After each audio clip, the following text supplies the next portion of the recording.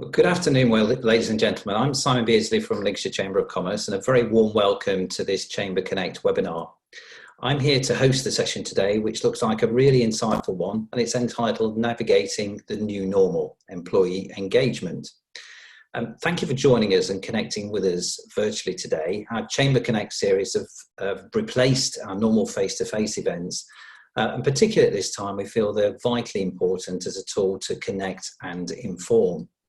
Just like to make you aware that today's session is being recorded and it will be available to rerun via our website, but you'll also be able to find a link that we'll send out in communication that will follow today's webinar as well.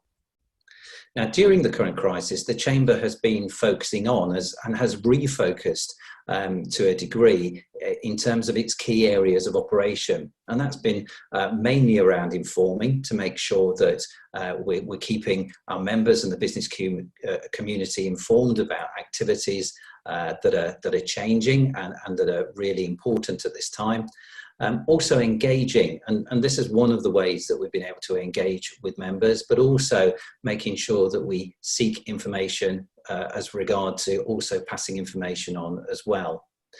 From finding out that information, we've also been representing members, whether it be locally or whether it be nationally through our colleagues at British Chambers.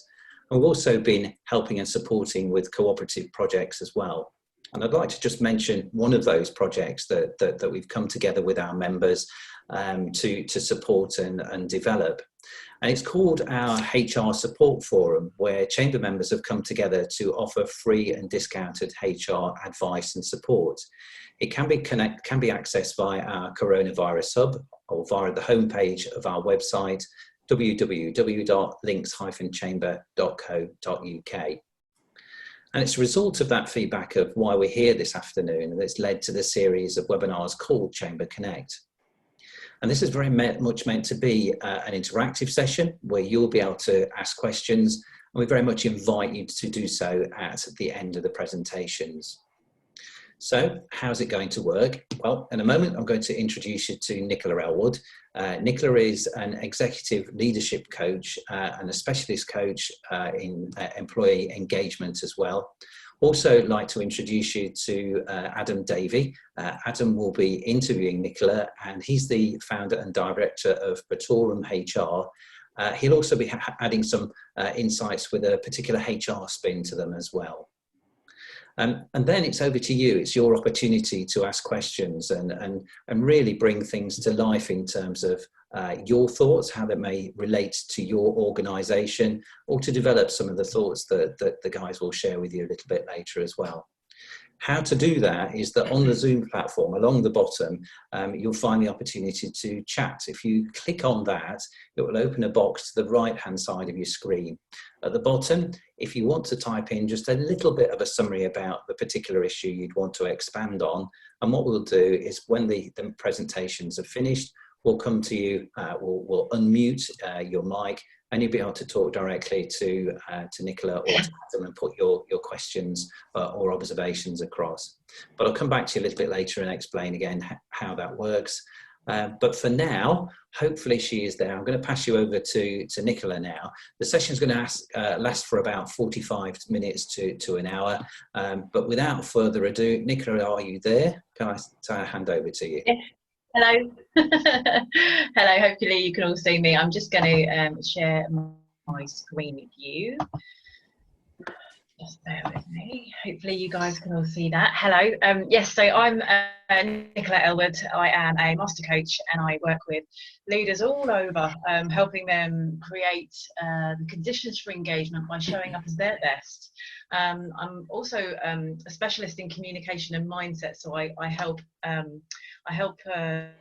leaders communicate and managers communicate in a way that create the conditions for engagement. After I spent 5 years working in a specific employee engagement consultancy, so it's kind of like a little area that I have a bit of experience in. This meeting today, sure, we're really keen to hear your input towards the end. It's not going to be me talking at you and sharing loads of slides at you.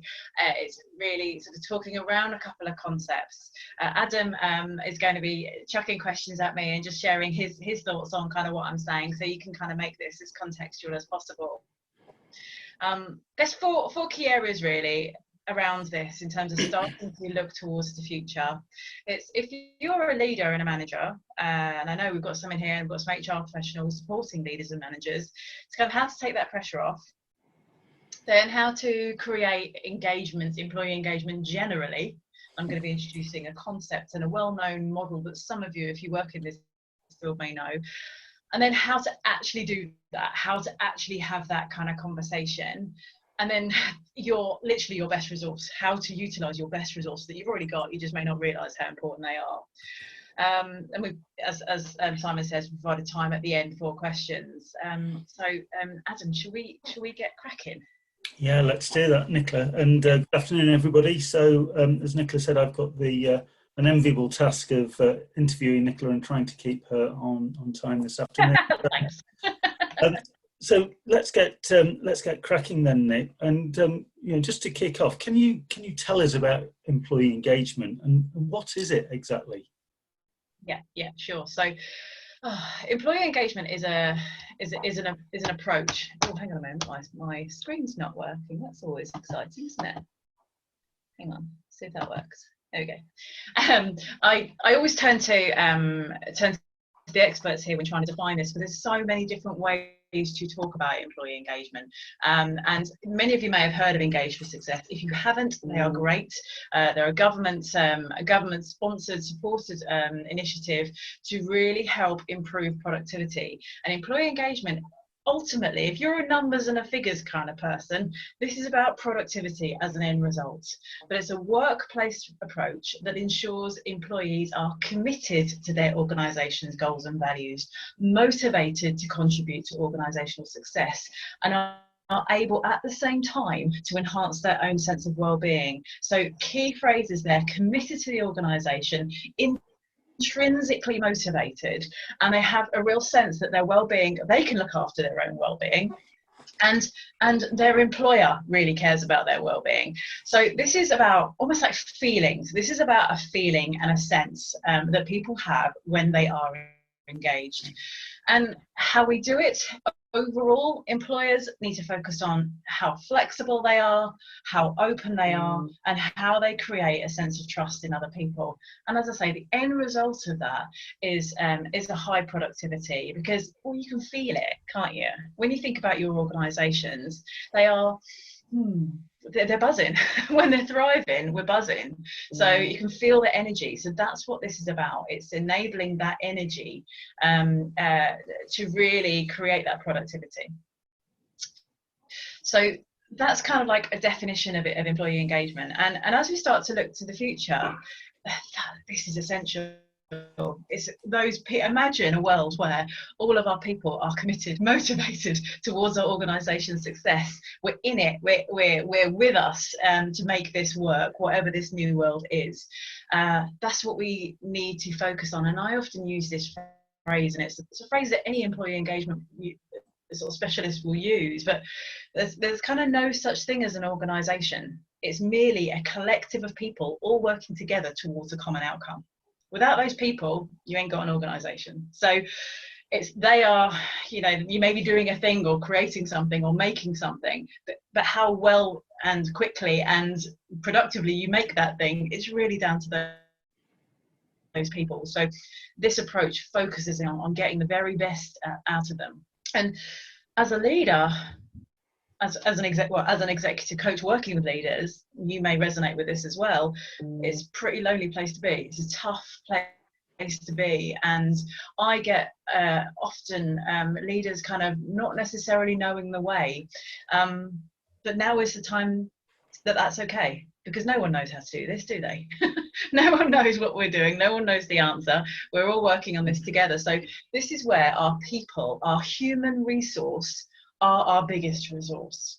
So when you consider as a leader your new norm, it's kind of like that concept of don't be on your own with this. If you've got an SLT, if you've got a group of peers that you can connect with, even better if you have the kind of culture where you can ask your people what works, what doesn't work, what we need to keep, what we need to leave behind. That is fundamentally a engaging approach. The highly successful organizational leaders believe that people are the strategy. Never mind a people strategy, people are the strategy. So it's just that realization of, our people are absolutely fundamental to how we ride through this, and they will provide the answer, because it's probably likely that they know how to do their job better than us as leaders. So, what is it that we can consult on and we can ask them about to really explore that new norm? I think you've described there, Nick, a vision and something that's, absolutely aspirational. I mean, who wouldn't want their organisation to feel and sound and perform in the way that you've described? But how does it work in practice? This is a great philosophy. It's a great concept, but actually, what is it? where leaders believe people are the strategy. How does that work in reality? Well, it's employee engagement is both a mindset and an approach. So there are most things that you can do and conditions that you can satisfy to ensure that your people are engaged. And I'll share. I'm going to talk around an employee engagement model here, and then put this into the context of what we're talking about. So this is Holbecker-Matthews employee engagement model, and these are the conditions that an organisation must satisfy and must create in their people in order for employee engagement to exist. And I'll probably say this again later, but employee engagement is two ways. So it's about creating the conditions for people to step forward and for people to engage. So as long as we know as an organisation we're doing this, we know that we've done our best to create engagement. So I'll just talk through each of these four areas. So there's it's creating within our people a sense of connection, so we feel connected to our employer. It's a sense of scope, so it's almost like I know my part in what it is that we're here to do. I feel supported to do that, and people listen to me, and I have a voice. That creates intellectual, emotional, and social engagement, because within all of that, I feel trusted and I feel like I'm being treated fairly. So if I just break down those just to put it into a bit more detail. So engaging organisations, they make their people feel connected. So that sense of connection is a feeling of pride. I feel proud to work here. I feel like I fit here. I have a common purpose as to what we're here to do. I feel like I belong, and I align. These are my people. It's a values and a behaviours thing. These people behave in a way that I think is right. So it's enabling that sense of connection, so people want to be part of this thing that you're employing people to do. They feel supported, so they feel valued by their manager. So the conversations that manager has are really about the individual, and they feel connected in that way. They believe they're being treated fairly. They believe that their individual situation is being considered. They feel enabled and they feel trusted. So the manager isn't a micromanager. The manager steps off and works out and almost like creates those contracts of how we work together, and then trusts the person to get on with it. And they feel cared for. The manager is an engaging manager. That's a whole different area, which I will touch on later. So those are the first kind of two areas. The second two areas is where the employees feel like they have a voice. And again, that's enabled by the manager. So, and the quality of the communication that goes up. So they feel they have a voice, they feel like they know what's going on, they feel communicated to, and they're listened to. And that is obvious. There's a demonstration of understanding from the individual to their manager. They feel involved in what's going on, and that they're contributing and affecting change in what's going on.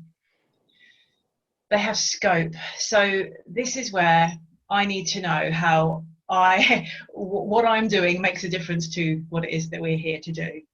I feel empowered to do that. I'm excited. I know what success looks like. My goals are clear. My objectives are achievable, and I'm empowered to do that. And I feel like as a result of working here, I'm growing. We all have an unconscious need, well, two unconscious needs. Psychologically, we need to feel accepted, and we feel like we need to grow. So that sense of growth is fundamental. And my employer enables me to do that. And then my work has meaning. It's important. I love coming here, and it's important. So this is about engagement. The most highly effective organisations have high employee engagement, and according to this model, this is 4 ways that you can create that. So, if we take the model, Nick, how can we actually start to use it within our organisations to start looking after our people and really drive that positive engagement to lead to the benefits that you told us about earlier? Yeah, well, this is about if you're sort of, even as leaders, we need to be clear on where we're going. Yeah, and that may where you can consult and where you can utilize your people and talk out that potential and that possibility of what you're moving towards.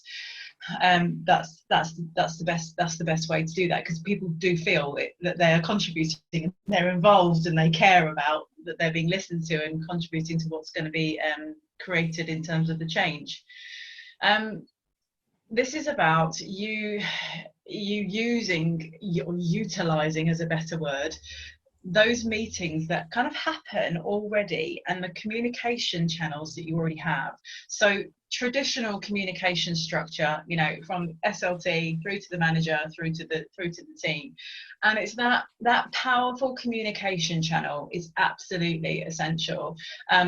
Now we're just doing it virtually, so first off, that communication has to be often, and I'll kind of come back to communication in a bit, but the line manager's communication needs to be proactive, consistent, regular, and there's other attributes that I'll come back to in terms of that quality.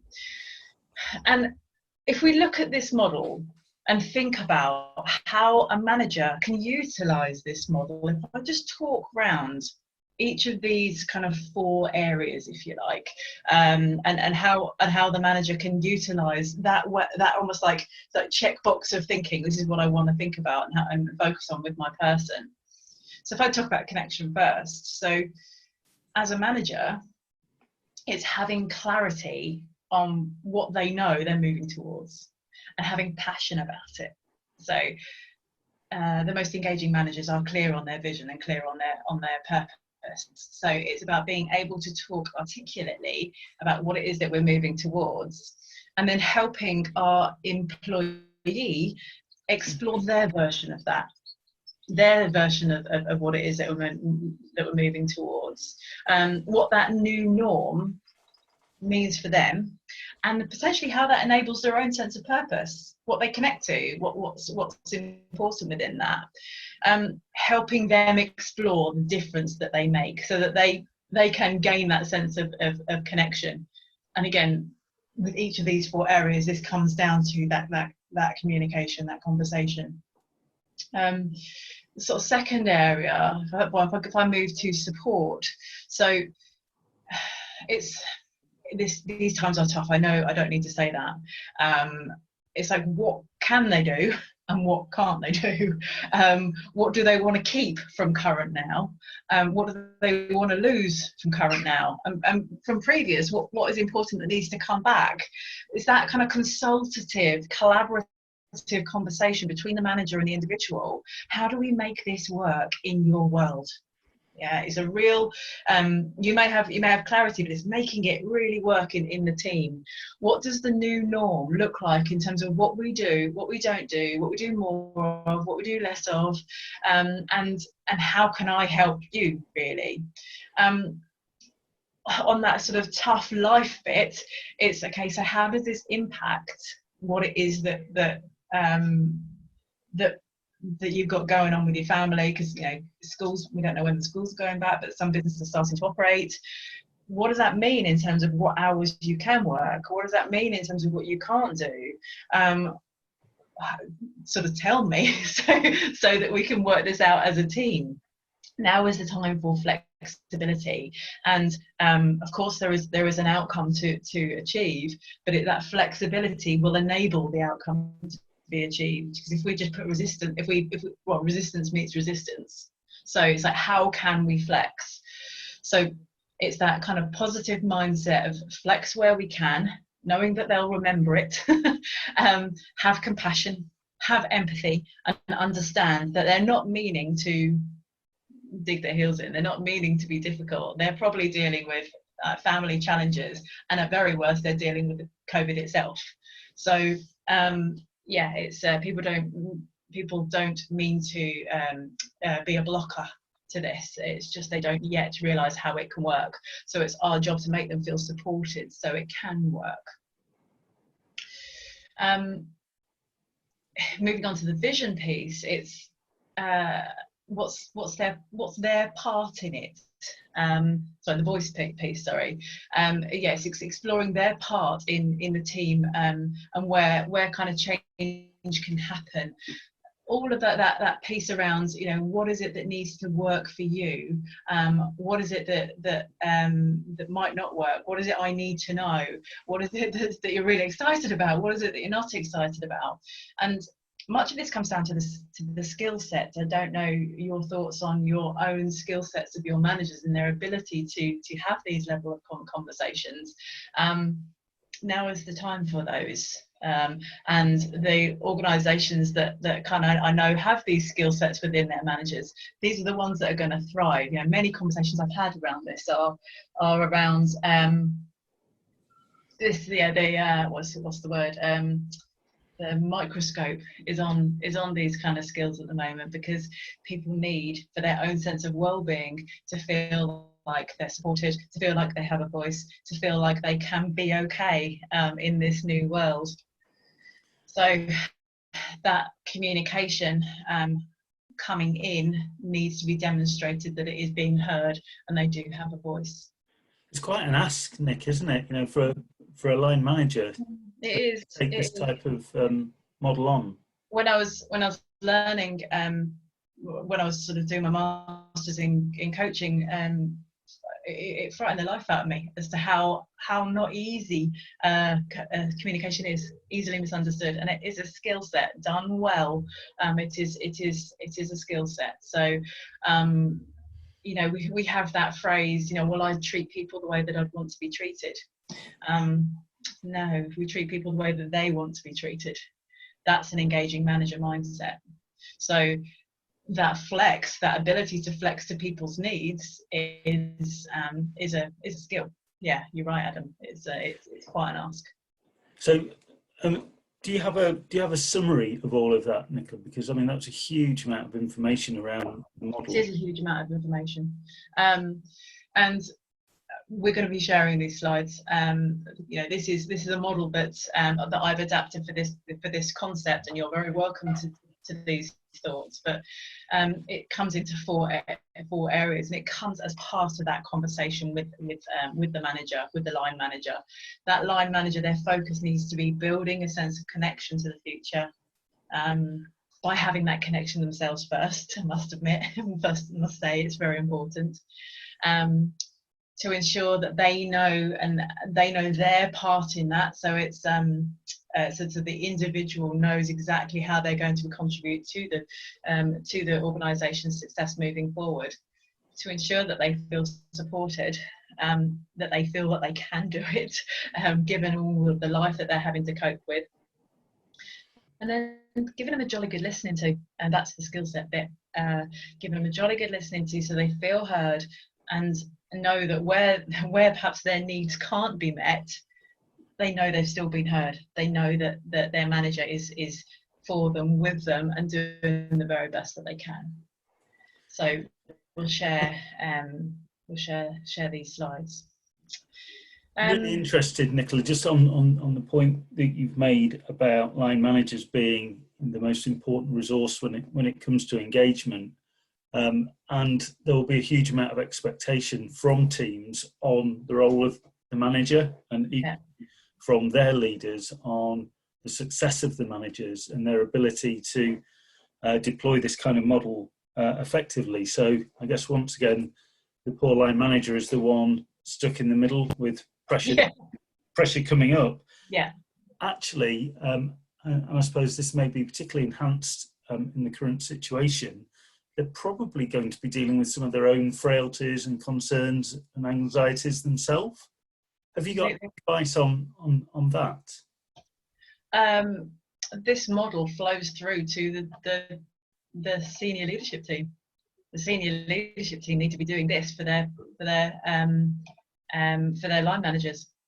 That's my gut response to that. And every sort of culture where I go into organisations and I train managers how to do this very thing, which is what I did for the employee engagement agency.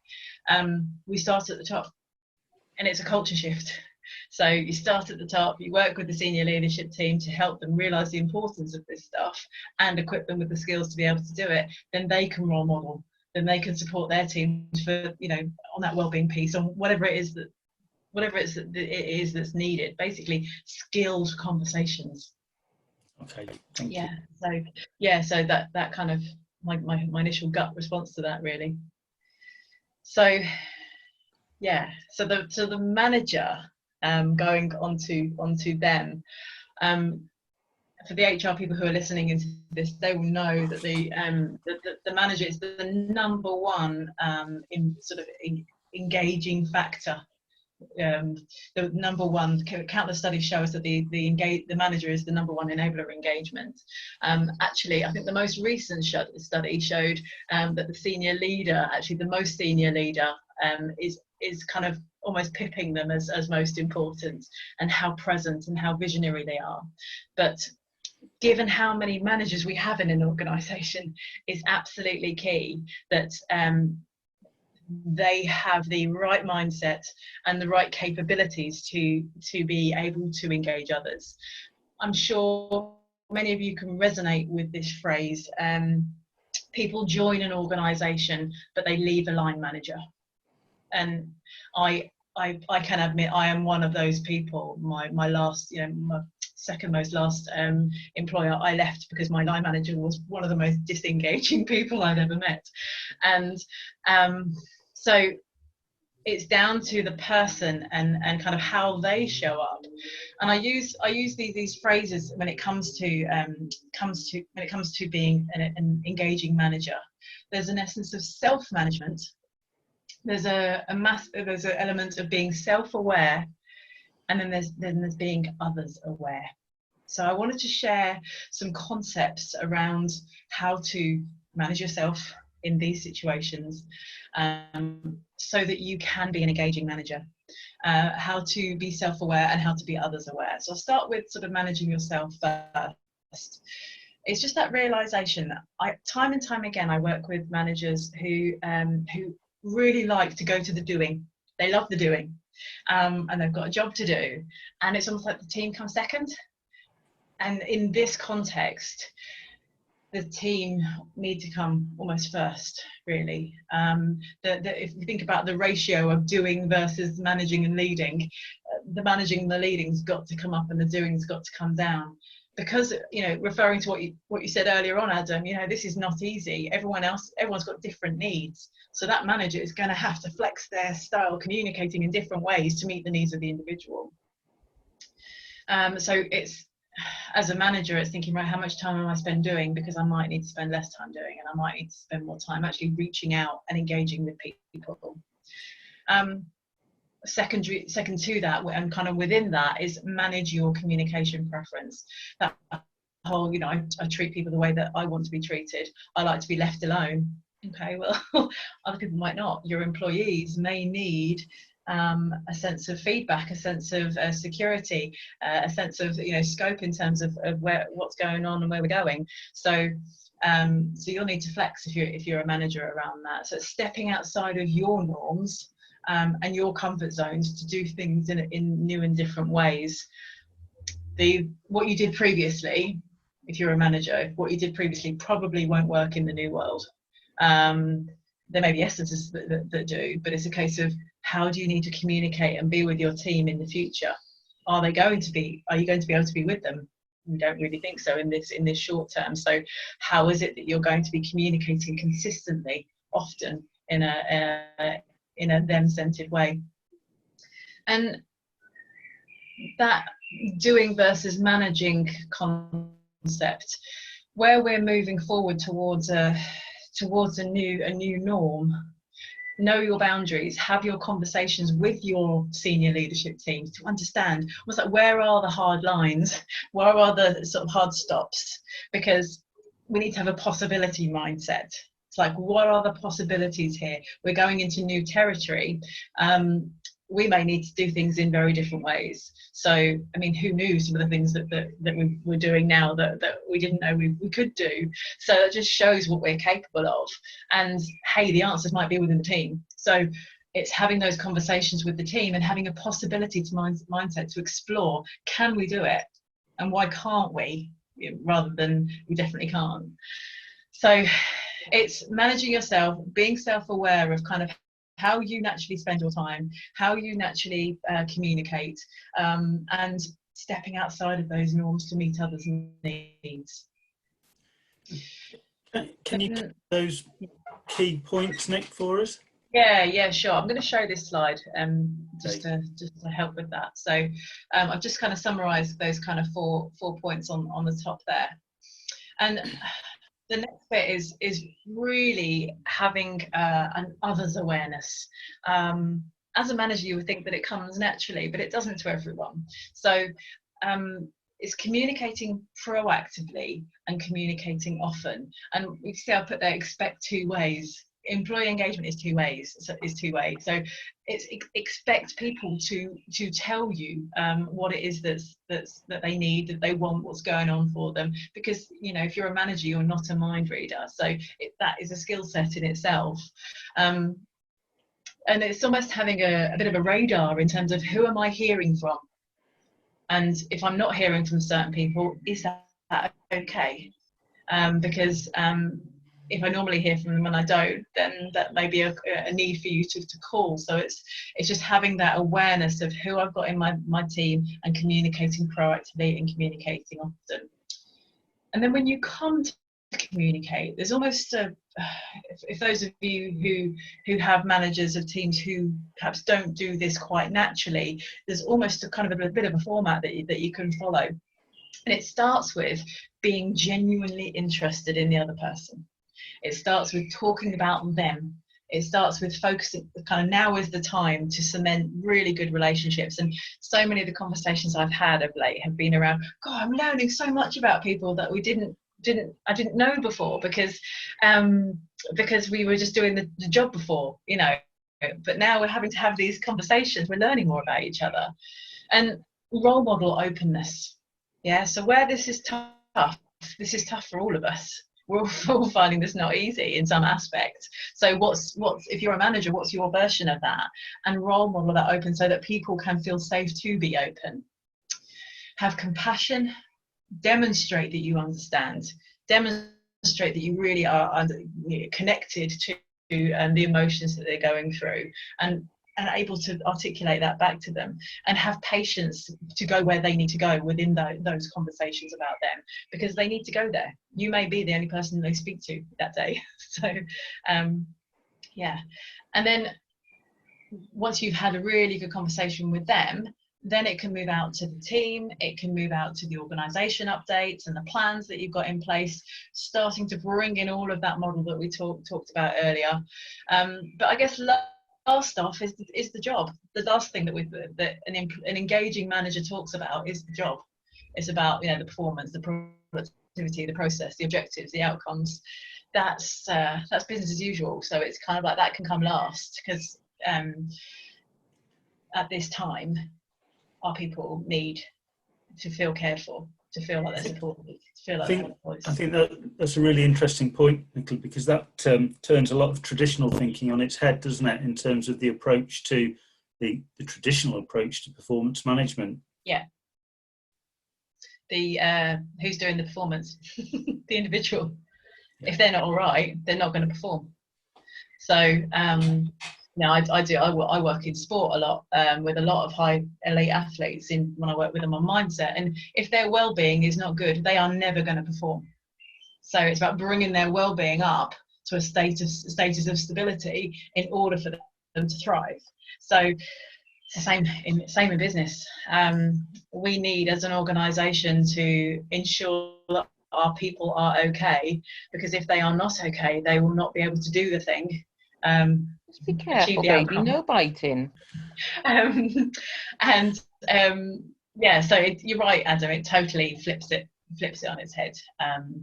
But that's not to say it's not important. It is important, of course. These are things that you talk about, but it's just like not going straight to that place first. Yeah. And I guess it's about removing some of those barriers, isn't it, to effective performance and productivity by getting the foundations firmly in place. Completely. How can you ask people to perform if there are barriers to performance, you know, and how can we know what they are if we don't talk about them? So it's going there first and doing that. I'm interested in the final bullet on the slide here, Nick, in terms of change fatigue, because you know, we're all, I think, getting used to a new routine at the moment, aren't we? Yeah. You know, this was a novel experience a few weeks ago, and all of a sudden it's probably becoming a daily norm for most of us. Yeah. So there are some risks. It's just recognition of we have all the resources that we need to be successful, and yet those resources get drawn down. Yeah. So if we are constantly going through a change situation, it can wear us down. And there are certain, I work in sort of psychological profiling, and there are certain sort of unconscious drivers that really don't cope with change. So that necessity to have that conversation to check that people are okay, and the manager doing what it takes, doing within their capability to ensure that the person is okay, is absolutely essential, because they are going to have, we've experienced, you just articulated there, we've gone from, into a new norm, it's now become a norm, and hey, I'm sure some of you like me have got some lovely habits that we've formed over this period of time, and now it's like, right, so we're now going to have to move into the new norm, into the future, to do something else. So, oh God, they may not be as motivated as you would like to do that, because they maybe they've only just got used to doing this. So it's just giving it a nod that people may not have all the resources and all the resilience, for a better word, that they could have. Okay. And the phrase that jumps out at me is the one about expect two-way. Yeah. If you can just help us with that, because to a certain extent, could one argue that was always the case? Should we not always have expected two-way communication? Completely. Yeah, you're talking to a coach. Exactly. I can't work with someone unless they know what they want, unless they know where they're going, unless they are able to articulate what's important. And so intrinsic motivation comes from that deep sense of connection, that able to articulate what it is that they want. Their ability, that model that I showed you earlier on, their ability to articulate how they feel and think about every single one of those points. A manager is only as good as the information that the employee gives them. So they can only work on and support what it is that the individual gives them, and so it's kind of like, expect them to have an opinion, because they're choosing to work here, they're choosing to work for your organisation, and it's like, I always use this phrase, be a participant in your world. So it's asking people to have an opinion, to care, to articulate, to speak out, because if they do that, how you can help. So and the reason I've put that phrase there on the screen, role model it, it's like, if you as line managers, as leaders, have thoughts and feelings about what you want, role model that, be the one that speaks out, be the one that helps shape where the organisation is going. That whole thing about the organisation being a collective of people, imagine if everyone is sort of collectively motivated towards the same thing through skillful conversations through the manager set. So yeah. Fantastic. That's some really great advice there, Nicola. Thank you.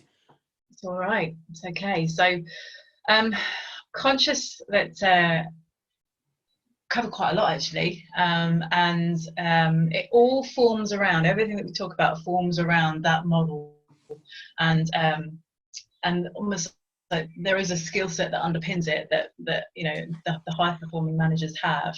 But if it's have the conversation, you know, reach out, be proactive, and have that communication. So Simon, I think kind of through our content, that's wow. That's fantastic. Thank you both for that. And I've just looked at the time, and where those 40-odd minutes have gone to is amazing. We've covered a lot in a short period of time there, I think. The opportunity now is for participants on the webinar to ask questions if they wish.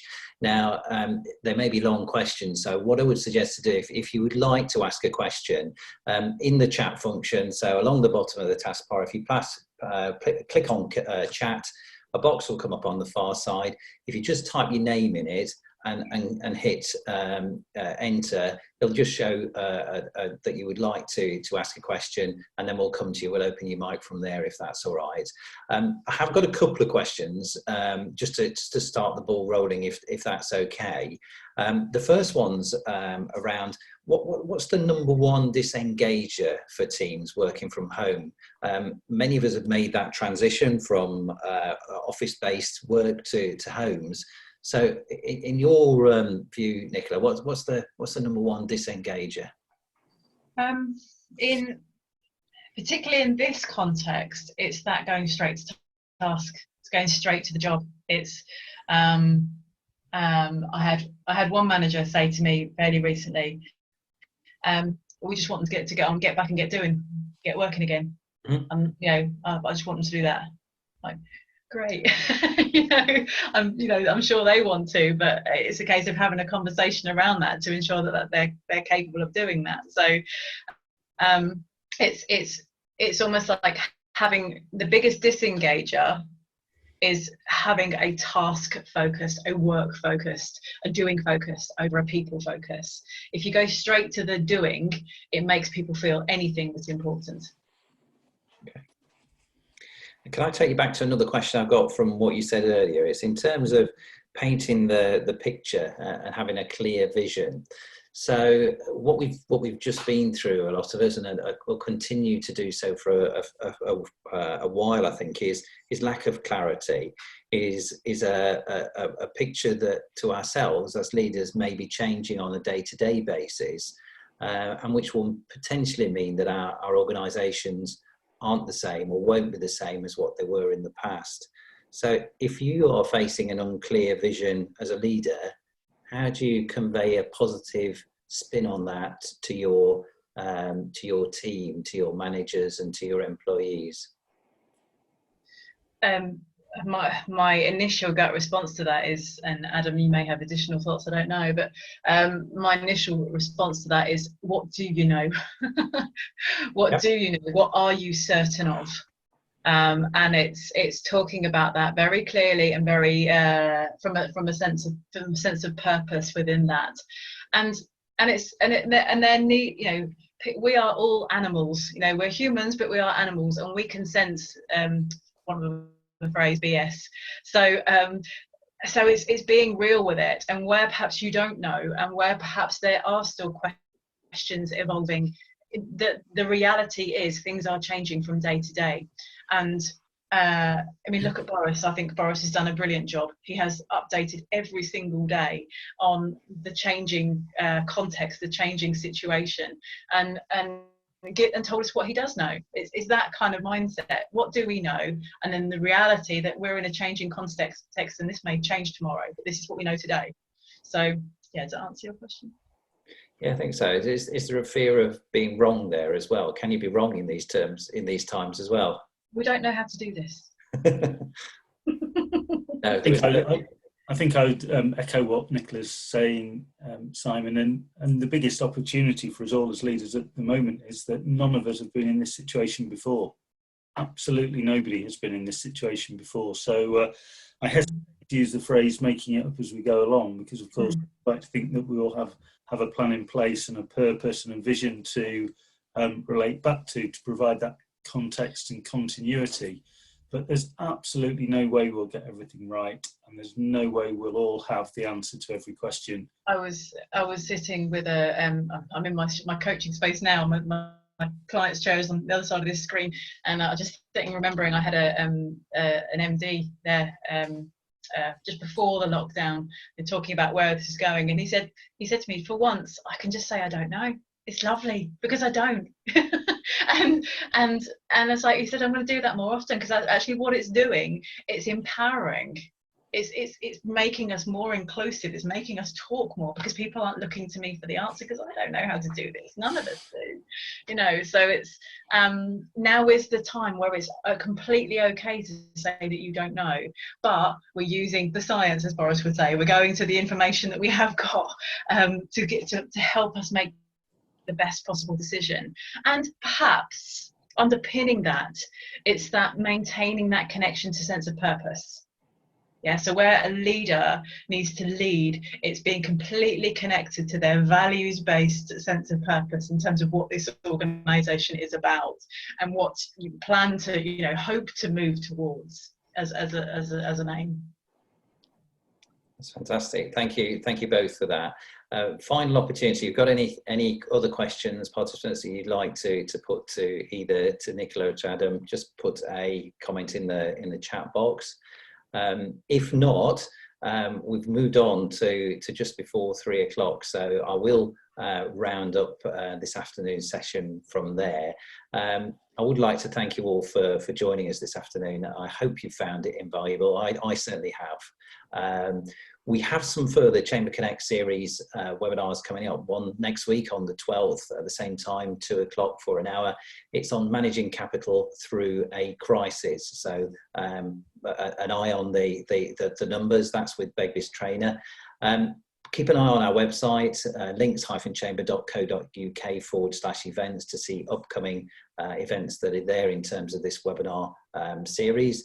If you've got any other ideas, are we missing out something? Would you like us to put something on that we've not thought of at this stage? Events@links-chamber.co.uk is an email address for you to send ideas or any feedback to us as well.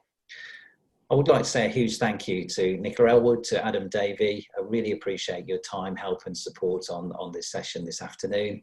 And to participants, I hope you have a very productive afternoon, and thank you for joining us once again. Thank you. Thanks everyone.